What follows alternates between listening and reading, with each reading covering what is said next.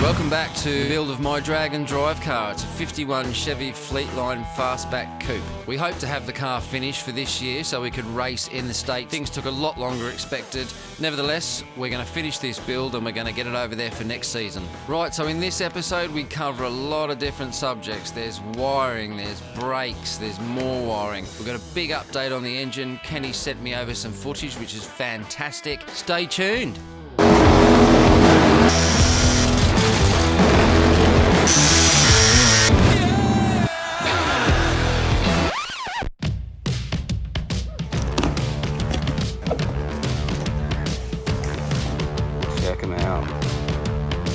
Check out the new merch. Pretty damn sick. Sorry I haven't had a video out in the last couple of weeks. Been absolutely jam-packed here at work. Loads of deals going on, loads of work going on. I've just been absolutely under the pump. Finally getting some time back on the car. In this episode, loads and loads and loads of wiring, trans brake, line lock. This idiot here put a stereo in the car because street car. Had some old school speakers from a mate of mine that passed away last year. Old school set of 7x10s. Threw an amp in it, threw a CD player in it, the thing cranks. Wait till you see it. Craig and I are trying to sort the steering out, and the brakes have been an absolute nightmare on this thing. We've got this Willwood Master and pedal set up. Couldn't get a pedal to save our life. What we ended up doing was we ended up force feeding it, so we bled it from the calipers, back up through the system with a big syringe. Seems to work. Pedal's a little bit soft, but the minute you touch the pedal, you can't push the car. So, yeah, let's crack on.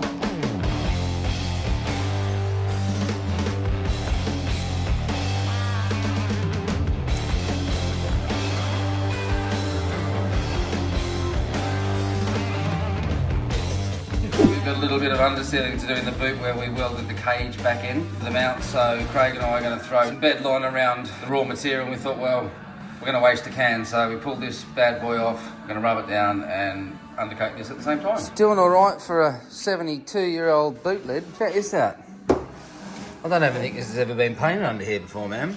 No rust, no nothing. I mean, a little bit of surface rust here and there, but fix that up in a couple of minutes.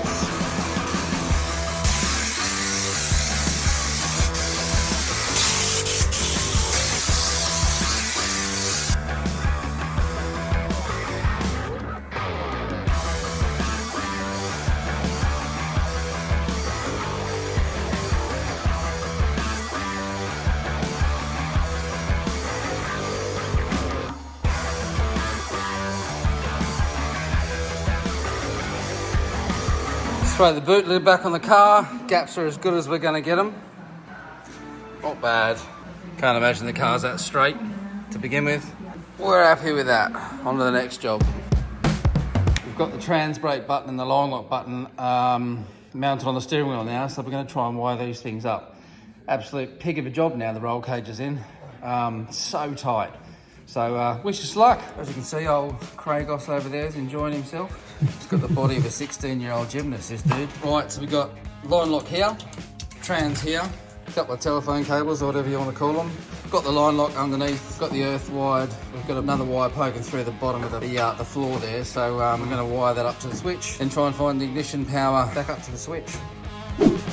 Right, so call me mad, but I always wanted a stereo in this car. Something that you would have had back in the day. We always had 7x10s, big amp and a CD player, and they pumped. The nice thing is, a friend of mine passed away last year, Barry, he was 84. He gave me these speakers, so I wanted them in the car.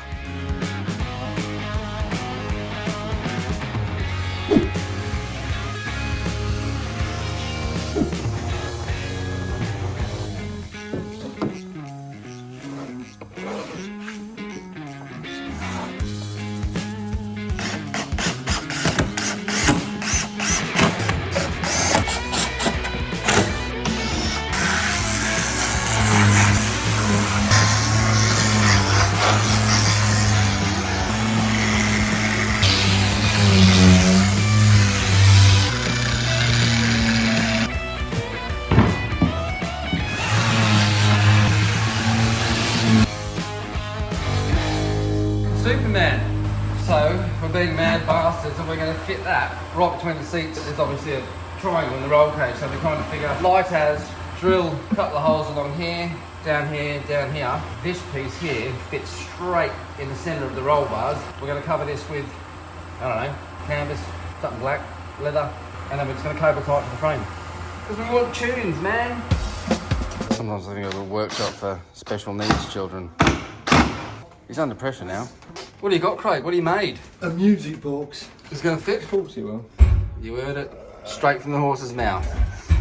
So all you dudes and dudettes out there are going to think we're absolutely mad putting a stereo in this car.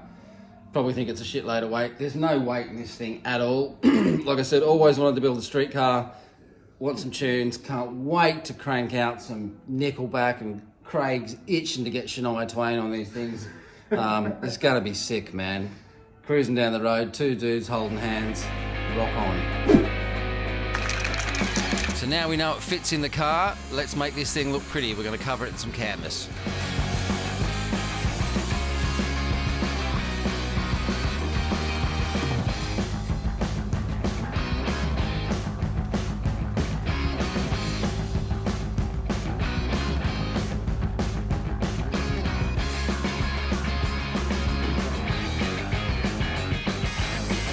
Trick here to put the holes in the canvas so we don't get any frayed edges. Not bad, man. Just go chuck her in the car, see what she thinks. So stoked with the way this stereo sounds, it bangs harder than Craig's sister. You might all remember this little Baja bug we put together earlier on in the year. She's now been sold and she's heading off later in the episode.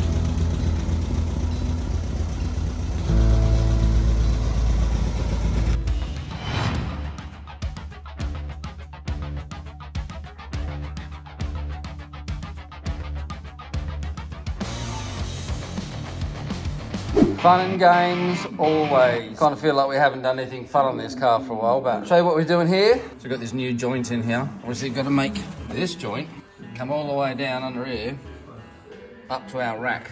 Just move the column forward this way, 1/2 inch, because this double D rod, as they call it, was 1/2 inch short. So let's hope we get the 1/2 inch we need. All right, so we've got a nice little mount for the top of the column. These bolts aren't staying in, don't worry, don't freak out. Well, this little bracket here to the cage. Bob's your uncle, Fanny is your aunt.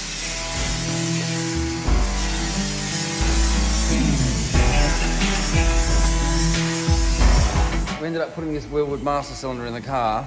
We fought for days, well, probably 2 weeks to be fair. Had it all plumbed up, looking pretty. Couldn't get a pedal to save our life. Kind of figured it was the master at the end of the day. Still kept trying. Anyway, we bend it. Spoke to a few people, and a lot of people have said the same thing about these little Wheelwood masters. They give you grief. So we went back to my old system, which was an underfloor booster and master, twin piston. It's killer, works fine. Only problem is, got to cut the transmission cross member out. So here we go again. We're going to try and keep some of the cross member in the car as a reference point. Where the transmission mount bolts to the cross member, and yeah, booster and master's in the way. So take two.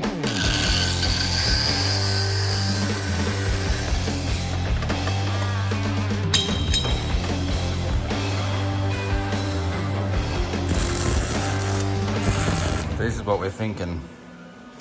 This bar here is going to sit up in here like this. We're going to drill some holes, weld some captive nuts in, and off the back of this bar, we're going to join it up to this clevis here, or make a new one. But obviously it's got to be removable, because trying to get a transmission out of this car is very hard without taking the motor out. That's where the old cross member used to be for the 6-cylinder and the 3-speed. So that is how she's going to look. And obviously that's going to be removable. Should work just fine for us.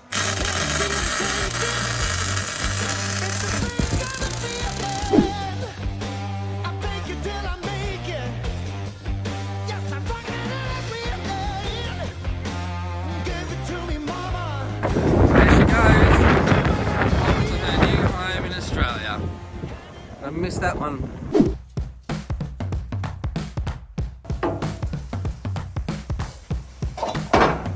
Look at that, rigid as. Look at just the strength in that.